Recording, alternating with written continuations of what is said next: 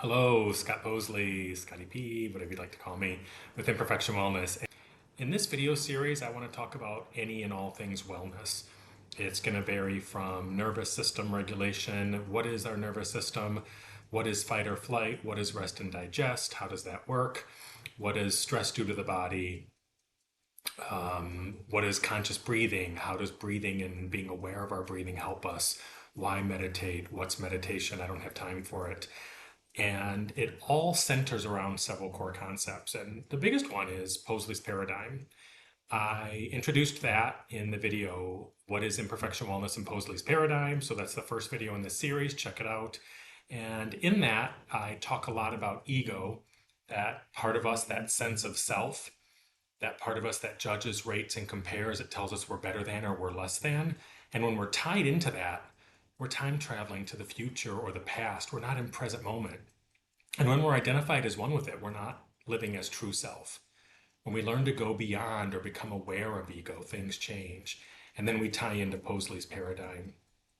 I encouraged you, and I'll encourage you again, go to imperfectionwellness.com. Again, imperfectionwellness.com, and download Possley's paradigm. It's free. And in this series, we're going to be talking about a lot of different things. And one thing I'd love to talk about is the nervous system. Before we go there, I really encourage people to leave comments, to email me with questions, or, how can I apply the paradigm in this situation? I've done this with a lot of my friends. It all starts with awareness, and even though you can start anywhere in the paradigm, awareness is so key because I become aware I'm not a victim. I become aware that ego is out playing. I become aware I'm in story. And when I'm in story, I'm time traveling. I'm time traveling to the future. I'm traveling back to the past. Regrets of the past, worries of tomorrow. And I saw a video recently. It said your brain creates these scenarios and then becomes fearful about the scenarios that were created. And when you really think of it that simply, that is the loop of anxiety and overwhelm. But I still don't think it just answers the question of how do I get over this? And so please reach out. I would love to do a video and answer, how can the paradigm apply to your situation? It's not always an easy answer. It's not always a good answer. But knowing that, talking a little bit today about nervous system, I just want to share that I am a board certified physician assistant. I have practiced medicine at some of the best hospitals in New York City. I have a background working in oncology, working with cancer patients. I also worked in the pulmonary critical care intensive care unit. And so I do have clinical knowledge, but at the same time, that's not why I'm here. This is not medical advice, not at all. I'm not a therapist. I'm not a counselor. I'm not a neuroscientist. I have lived experiences. I've done research. I've studied. I've become a meditation teacher, teaching Vedic meditation. I also teach other meditation techniques and wellness techniques and breathing techniques. But I always want to be clear about my knowledge and how it's influenced me and how I'm putting it together. And while I am an expert in wellness for me, take what works for you. But with that, I'd like to talk a little bit about the nervous system. And the nervous system is so complex, period. And I am going to water it down and dilute it so much. It's so oversimplified. But oversimplified always worked for me because once it's oversimplified, I can get the basics and then build on that. And so there are three parts to the human nervous system, and I'm only going to talk about two. And those two parts I'm going to water down even more. And the two parts that I'm going to talk about are the sympathetic nervous system and the parasympathetic nervous system. And most of you have heard of the sympathetic nervous system. It is the fight or flight response. And they've added to it fight, flight, freeze, fawn. And when we freeze, we literally can't move. And when we fawn, we try to appease and please whatever the offending agent is. And so that nervous system, that sympathetic nervous system, we've heard of. What we probably haven't heard of, or maybe haven't heard of, is the parasympathetic nervous system. Very simple terms, it's called the rest and digest nervous system. And these are true oversimplifications, but from a wellness perspective, they helped me, and I understand them in a way that I didn't when I was clinical. And so that's what I'm sharing with you today. Going back to the sympathetic nervous system, if we look at ourselves from an evolutionary standpoint, from thousands upon thousands of years ago, we needed to survive. And survival of the fittest. The genes that don't get eaten, don't get hurt, the genes that can run the fastest, those are the ones that had the, best chance of survival. And within that, our nervous system is so amazing to me. And when we perceive a threat, and I say perceive, because our nervous system changes based on perception. And in today's world, an angry email from a coworker or a boss can feel exactly the same way as that saber-toothed tiger ready to attack. And our body mounts the same response regardless. And if we don't know that and we're constantly in this state of fight, flight, freeze, fawn, it wears our body out. The fight, flight nervous system, sympathetic nervous system, there are many chemicals coursing through your body. And again, an oversimplification, adrenaline and cortisol are two of those chemicals. And these chemicals are also at play in the parasympathetic nervous system in a different way. There's upregulation, there's downregulation. I'm not going into any of that. So for those of you out there who want more formal training, I'm going to ask you to go out and search for it on your own. And for people who are like, oh, he's not talking about this clearly, that's fine. It might not, this probably isn't for you then. But for me, this made sense. Because when I'm in that heightened fight, flight state, and I know adrenaline is coursing through my body, cortisol is coursing through my body, there were times in my life that I could feel it. I felt an energy surge. I felt my blood pressure going up, my heart racing. I felt like there was an energy buzz. And sometimes it was so intense that I went into something called amygdala hijack. And I didn't know what amygdala hijack was for years. But it's basically when your brain goes into a shutdown reactive mode. And it's an evolutionary safety mechanism. Again, I'm not a neurologist, but part of your brain is called the prefrontal cortex. That's a part of your brain, and that is for rational thought. So that is, again, if I'm rational, if I'm thinking, if I'm contemplating, if I know what's going on, I can make good choices, I'm not reacting, I'm responding. That's your prefrontal cortex. Your amygdala isn't as contemplative, doesn't think the same way. Amygdala is activated along with that fight or flight. And if that fight or flight is too overwhelming, you go into something called an amygdala hijack, where you go into shutdown. And there were times where I would be at work or in situations where that amygdala hijack would take over and I didn't know what was going on. And I didn't know how to calm it. And for me, when my nervous system was that wound up, I would turn to a numbing dopamine agent. My numbing agent of choice was alcohol. I would do a 3 or 4 finger pour, little vodka on the rocks. And if that wasn't enough, I'd do another one. And I remember one day I came home from work and I didn't know what amygdala hijack was. And I was just, there was a buzz and energy coursing through my body. And I was so overwhelmed and lost, I didn't know what to do. So I started drinking. But then it became more normalized. And what I would soon realize is that I was in something called an amygdala hijack. I don't know if I was on a webinar, if I saw an article, but when I started reading, I realized, wow, this is me. It doesn't happen a lot, but when it does, nothing works. So knowing my nervous system is that activated, how do I shut off an amygdala hijack? How do I shut off a sympathetic nervous system response? Well, that's when we start talking about the parasympathetic nervous system. Again, simplified, rest and digest. It's when your body rests, it heals, it digests food. And that parasympathetic nervous system is when we heal, when we recover. It's what our body needs. It's when we go to sleep at night.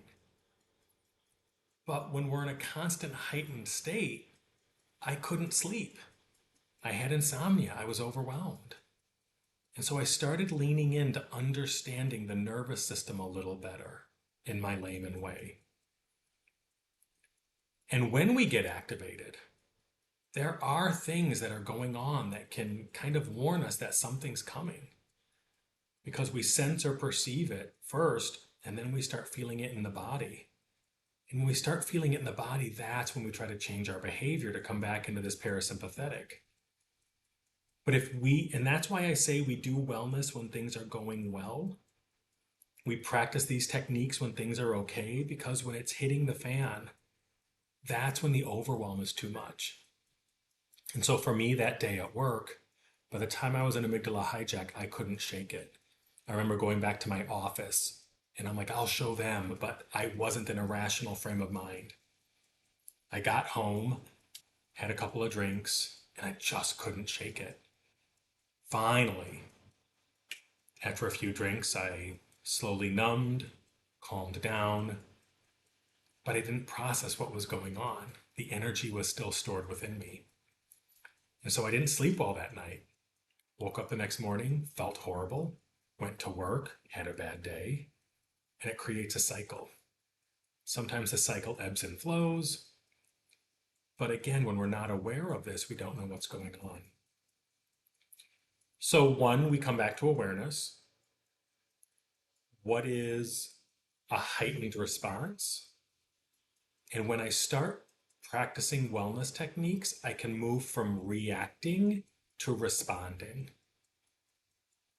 And I was talking to my meditation teacher one day, and he said, when you pull the trigger, the bullet's out of the gun. That's reacting. Instead of pulling the trigger, we learn to respond. That's why we bring mindfulness, meditation, these practices into our lives. Because now that I know what I know, I'm able to understand, whoops, I'm in a heightened state.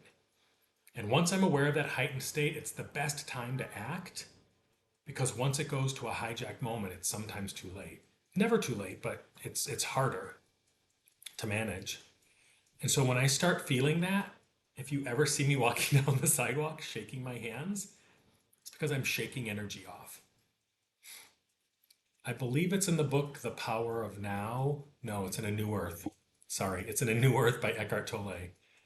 And he talks about two geese fighting. And after they're done fighting, they go separate ways and they shake their wings to flap off the energy. Humans don't do that. We store the energy. So one way that I become aware is I start shaking my hands. Shake my legs. Maybe I'll do some jumping up and down, shake off the energy, do some jumping jacks. The act of 25 jumping jacks is amazing because you're counting. So if you're counting to 25, you're not in a ruminating thought pattern, and you're doing an action that shakes off energy. Sometimes exercise works, but sometimes it's not the right shaking movement. And even though it does feel good, I actually need to shake it off. There's different dancing techniques in different cultures, but doesn't matter how you dance, playing a song and dancing helps shake the energy off. Because if we don't shake it off, it gets stored and pushed down and it's going to come out later. There's also a lot of research saying that it's also can lead to a lot of different diseases. It can lead to endothelial damage in our arteries in our heart and cause heart disease, cause high blood pressure, can cause other things in our body because we have cortisol and adrenaline. These chemicals that are meant to be short term, they're in our bodies constantly. And think about it. Whether it's yourself or your friends, how many times have you said, oh my gosh, I have so much to do, I can't get this done? We can't even call a person anymore because we have to schedule it because our lives are so busy. We're so connected, yet we're disconnected because so much of the information we receive is fear-based. Again, that's candy to the ego. So now we're creating cycles. We're not letting go of our energy. We're in a 24/7 news cycle. We're tethered to a device, which is way too much for our brain. And we're in this constant heightened state. That's why I meditate 20 minutes twice a day. And people say to me all the time, "You're crazy. I don't have time for that." But people have time to be frazzled. People have time to veg out. People have time to binge. People have time to scroll. I'm not critiquing. None of that's a critique. We have time to go out for drinks with friends. Not a critique. Be social. But when we start taking mini steps, maybe we start with a 5-minute meditation once a day. We start calming our nervous system. We start processing the energy. Maybe we do a breathing technique like left nostril breathing that activates the parasympathetic nervous system to calm us. If it's medically safe and if there's no risks to you, taking an ice cold shower or the ice cold plunge. I know there's a lot of hype around it, and I never want to overpromise because I hate it when I was overpromised stuff on my wellness journey and it wouldn't deliver. So I personally don't have an ice bath plunge, don't see myself getting one, but when I'm an amygdala hijack, the last amygdala hijack that I remember, it's medically safe for me to do so. Again, get the advice of your physician or primary care provider. I went in, I turned the water on as cold as I could, and I stood under that, and I got to tell you, it was not pleasant. That activates something called our mammalian dive reflex. I don't know enough about it to go into it, but I know that it causes a reaction in your nervous system, and it helps pull you out of that sympathetic amygdala hijack. Jumping jacks, jumping, dancing, screaming, boxing in a gym with a punching bag, not a person. Letting the energy out like those two geese, because then we can come into a parasympathetic rest and digest. Parasympathetic nervous system is regulated again by many chemicals, but acetylcholine is one of the main ones. The chemical names don't matter. But what we realize is when we start doing these techniques, take that deep breath and we let a little energy out. One layer peeled back. And maybe as you peel back one layer, throughout your day, three or four more layers come up. That's why we do a daily practice. And again, in Vedic meditation, again, a cousin to transcendental meditation, 20 minutes twice a day, it's not, one for one, but what they loosely say is you meditate first thing in the morning to get you through the day, and then you meditate second time in the afternoon for your old stressors. Because new stressors are piling on, you meditate. The ones you're trying to get rid of, that's your second meditation. And again, that's not a one-for-one comparison, but that's why we do this 20 minutes twice a day. There are days where I get 12 minutes in the morning and maybe 4 minutes in the afternoon, but I always try to go back to my 20 minutes twice a day. And again, that might not work for you. So can you do one of my guided body scan or guided breath meditations? They're free on my website. Again, imperfectionwellness.com. Click on guided meditations and pick one that works for you. Take 5 minutes. I had a friend of mine who told me that he would sit in the bathroom in a stall and put headphones in and just mentally check out and do like a 5-minute meditation. I think that's wonderful. Can you sit in your car? Can you find a corner? I was with my friends traveling and I was at a gay pride event and there was loud music playing and it was a big city and people are coming and going, and I said, "I'll be right back, I got to get my meditation." And then they thought I was joking, and they said, "How are you going to meditate in this?" And I said, "As long as my back can be supported and I feel safe, I can close my eyes and think my mantra." And all that a mantra is in this tradition is a sound vibration. It's a Sanskrit sound vibration. It's not even a word. And I think that mantra and I was able to transcend and meditate. That's why we do the work, because it helps give us an adaptation energy that I can be more resilient. I can come back to that parasympathetic rest and digest. While my sleep is better, there are still times where I do all these techniques and it's not the best night's sleep. That's okay. I still continue doing it because I know no matter what, my sleep's a little bit better because I did this. There have been times where I felt a light switch and suddenly everything's better. And there are other times where I'm like, is this even working? And I'm honest about that because I think there's a lot of wellness messaging out there that if you do this, everything will be fine and dandy. No. My friend Donna once said, God gave us all these emotions to feel for a reason. Absolutely. There's going to be happiness, there's going to be sadness, there's going to be lust and envy and jealousy and anger and grief and resentment.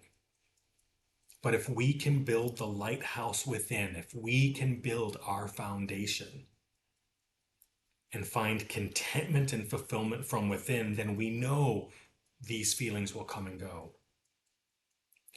One technique I love, speaking of, feelings, is the rule of fives. And I was taught this many years ago by a teacher. And she said she used it with her second grade students.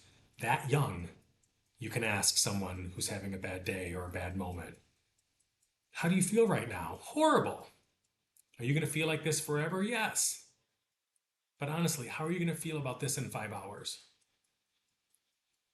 5 days? 5 weeks? 5 months? 5 years? When you do the rule of fives, you realize, wow, how I feel is real. It's not the whole story. Because remember, I'm more than what my thoughts, feelings, and emotions say about me. I am having thoughts. I am having feelings. I'm having emotions.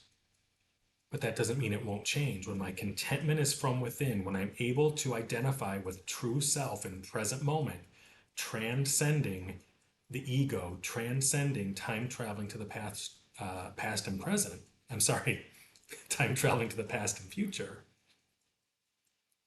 That's when I'm able to come back to this true self. That's what we're working towards. And so now that we have some awareness of our nervous system and what is happening, what are some simple techniques that we can do? Again, I told you to go to the website, look at a guided meditation. There are many apps, many resources out there. But another one that I love to do is a breathing technique. There's 3 we can talk about because I think they're pretty simple. They're so simple that people don't think that they work. And they're also so simple that we forget. So the first one I'll talk about is conscious breathing.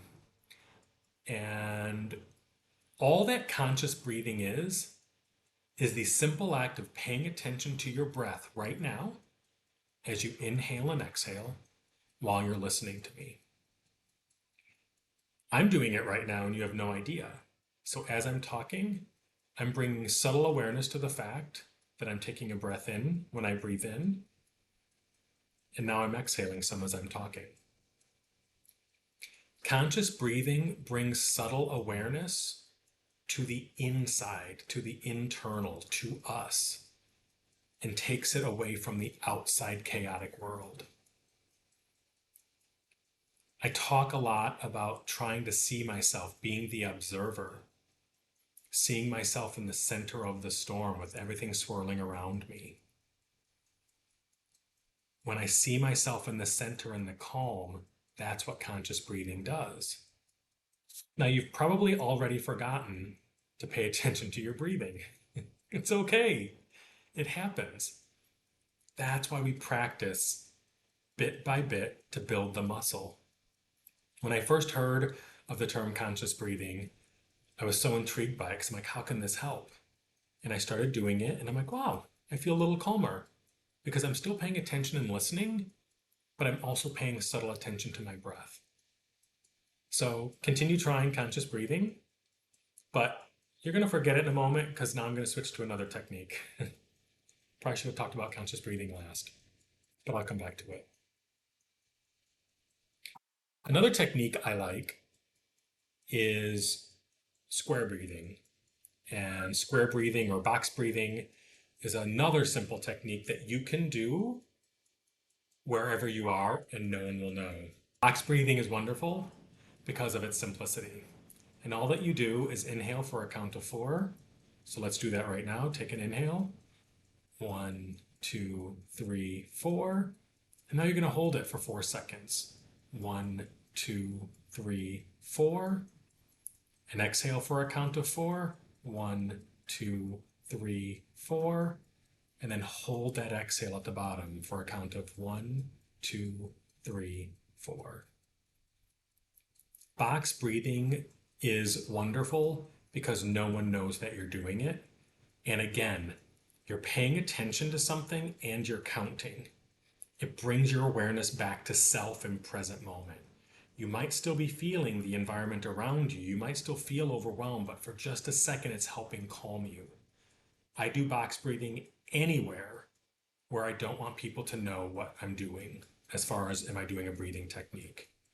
And the reason I say that is because the last one I want to talk about is something called left nostril breathing. In my meditation practice, there is something called alternate nostril breathing, where you literally plug your nostrils and do an alternate breathing. And that is kind of like an yin yang, up down, equilibrium type breathing technique that's wonderful. And while I do that, I started looking into left nostril breathing to understand, can it in fact activate part of our parasympathetic nervous system?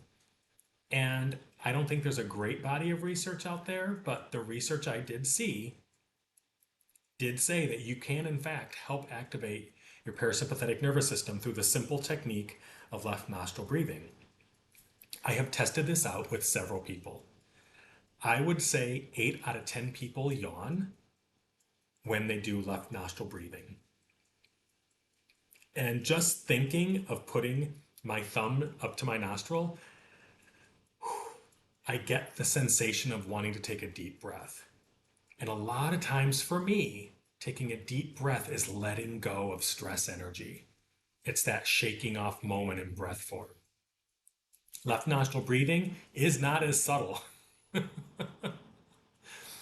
And I don't care because I still walk down the street, and I did it yesterday, and I did it a couple days ago, and I take my it's left nostril, it's left nostril breathing. I take my right thumb, I put it on my right nostril, and if your sinuses are clear, this will work. If you're stuffy, it's not going to work, so you're going to have to wait till you feel good. But all that you're going to do, inhale through your left nostril and exhale through your left nostril. Simple, right? But it's so simple that people won't do it. They're like, that's silly. And why the thumb? That's how I was taught. In alternate nostril breathing, you use your 2 middle fingers and your thumb as you're alternating back and forth. And when I learned about left nostril breathing, it is the right thumb on the right nostril.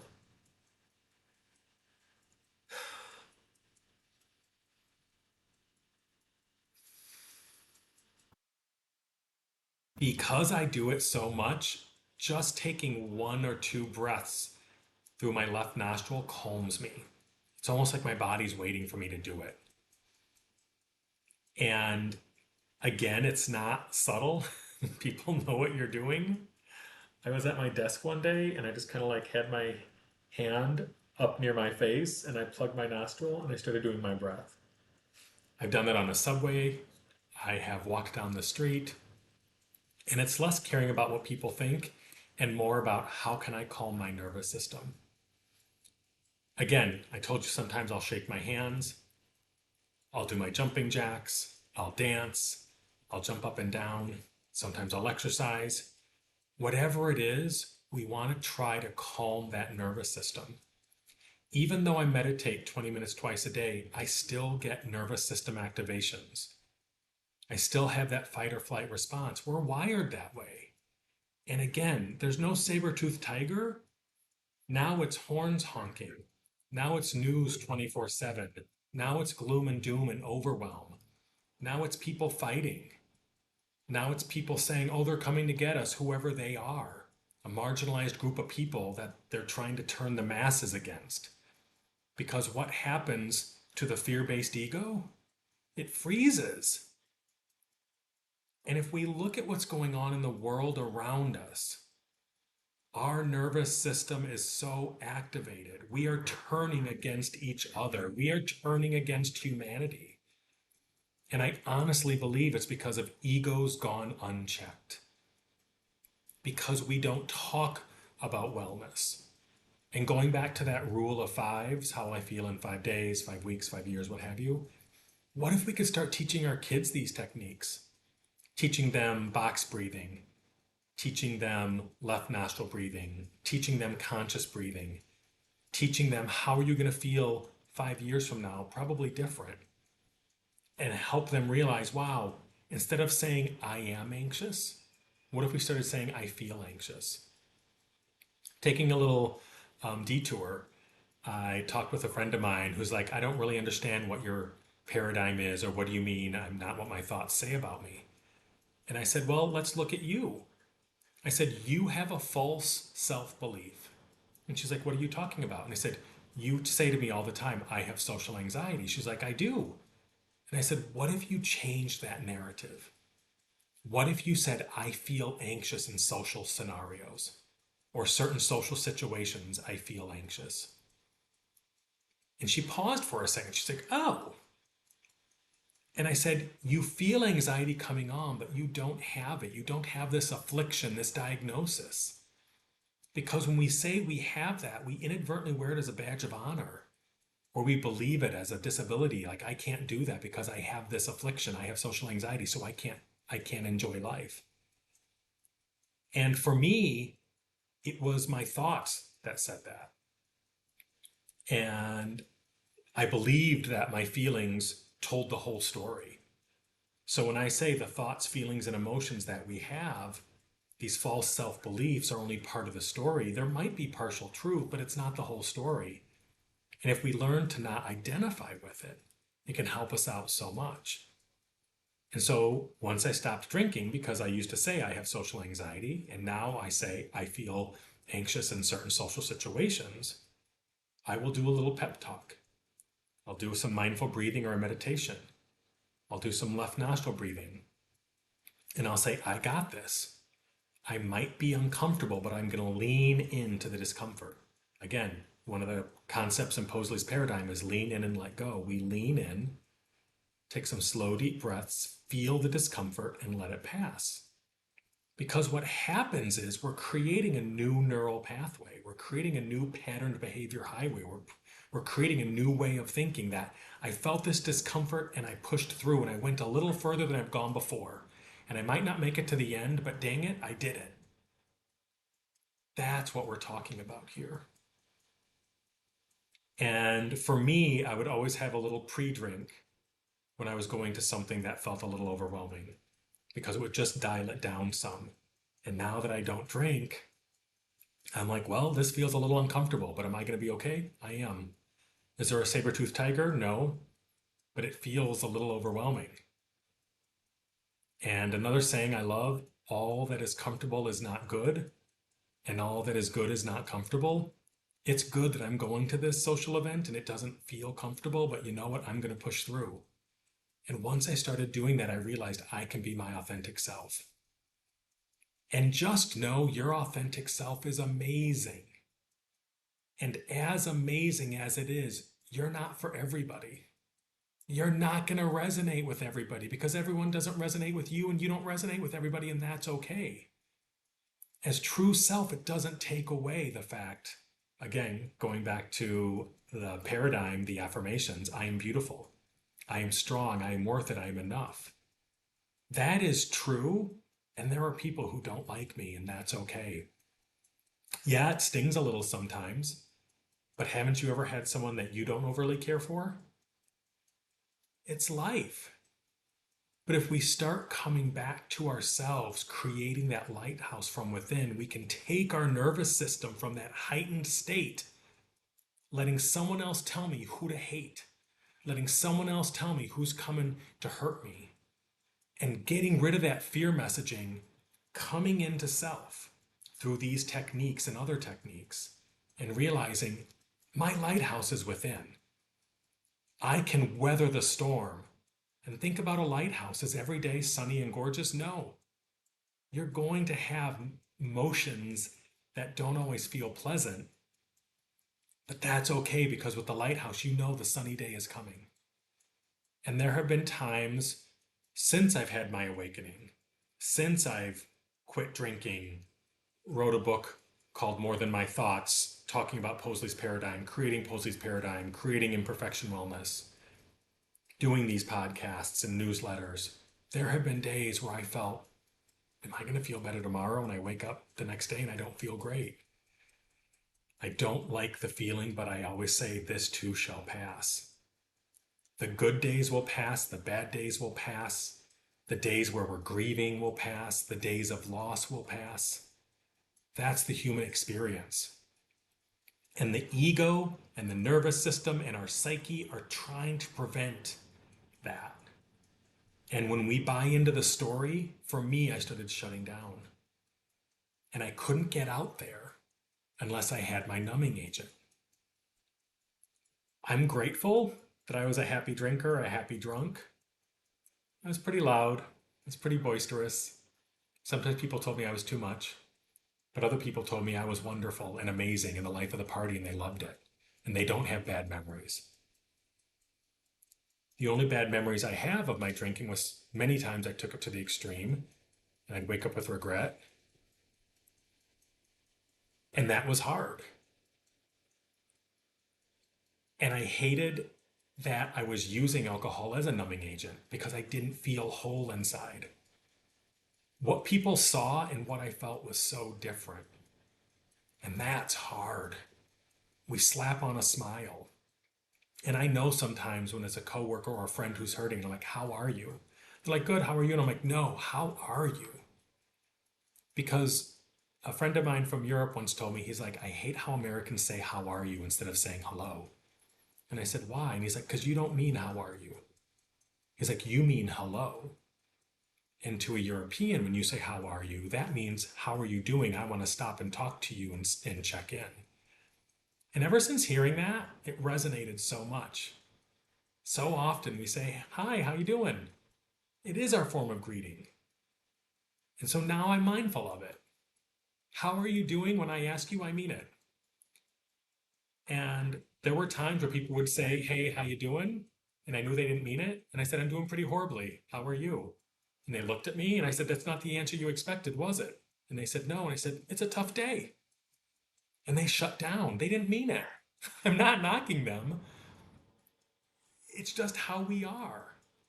But I started looking at things from a sociologic lens, from the psychologic lens, from the mental health and wellness lens, from the neural pathway and the nervous system lens, and trying to pull this all together. Learning from the greats. David R. Hawkins, his book Letting Go. Eckhart Tolle, A New Earth. Wayne Dyer, name a book, he's amazing.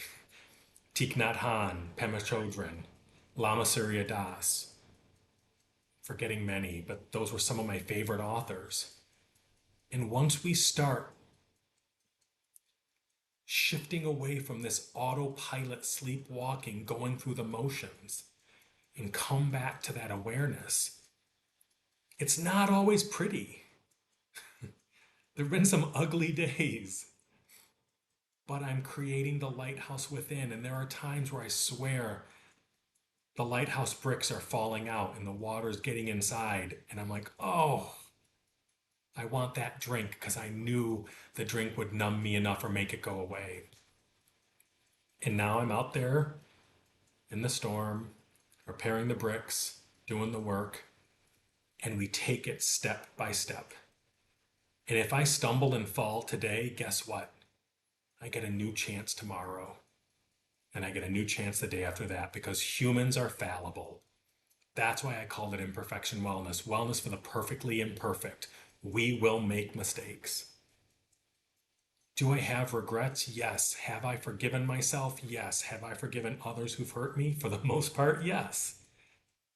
And if you want to learn more about forgiveness, I'd go ahead and watch episode 1, which talks a little bit more about forgiveness. But instead of holding all this negative energy, I'm trying to release it. I'm trying to change my patterned behavior, my, default um, reaction,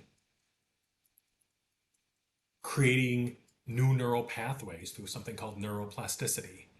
I know about it, but I don't think I'm a subject matter expert to talk about it. But what we're doing is neuroplasticity. We're creating new pathways. Think of the brain as so complex, and guess what? It's also lazy. It likes shortcuts. That's a neural pathway, a pattern behavior highway, as I call it. That's my fun little term. And my pattern behaviors, I never realized they were there, and now I'm catching them. And every time I think, oh, I got this, boom, I turn in another one, another layer of the onion is peeled back. It's stepwise. I've had some light switch moments in my life that I'm grateful for, but I've talked to friends who haven't had a light switch moment. I've talked to friends who feel lost or overwhelmed and don't have their purpose. And what if your purpose was just to be? To be fulfilled and content from within? That's an amazing purpose. Because right now, our happiness and contentment and fulfillment is outside of us. That's what we're shown. If I have this item, if I look like this, if I have this title, if I make this much money, everything outside of me, then I'll find happiness. It's a destination. And I'm trying my best to flip the equation for me and share that here, that we start building our lighthouse. And what if your purpose was to find contentment in today? Doesn't mean you liked today, doesn't mean today was easy, but you're content, that your contentment lies from within, not from something outside of you. So we started talking about the nervous system, we started talking about Possley's paradigm, we started talking about some breathing exercises, some applications, some personal stories. Regardless, that's what this series is going to be. Me trying my best to give little lessons, bits and pieces that you can pick up and see what works for you.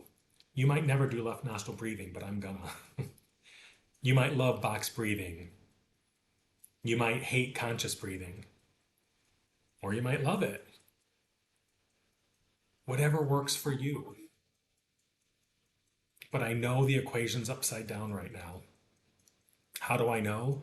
Because there's a lot of people out in the world, and the media is showing me that there's a lot of hate and vitriol, and people are trying to say we're different when we're not. I don't care if you're gay, straight, non-binary. I don't care what gender you are, what your hair texture is, what your skin color is, whether you're tall, whether you're not as tall. All these descriptors that are meaningless. As a PA who worked in an ICU, if a patient rolled in and I needed blood, I knew where to go on their arm. And if I couldn't get it from that spot, I knew the next place to go. Why? Because we're all the same. Yeah, there might be an anomaly here or there, but we are all the same. And through the ego lens, we are taught to take physical characteristics and pick people apart and put them into the haves and the have-nots. That's how I know we got it wrong, because when I come back to true self, I know it doesn't matter these externals. I know there's a greater good, and it starts with respecting myself and respecting others. There is more that unites us than divides us. And within the umbrella of imperfection wellness, with the key player being Possley's paradigm, I urge you to visit my website, download some free resources, shoot me an email, leave me a comment, let me know what resonated, what didn't resonate, what needs more explanation. If you'd like me, give me a scenario of how to apply the paradigm. But bit by bit, this is what we're going to do here. So as always, thank you for watching and wishing you the best on your wellness journey. 5, 4, 3,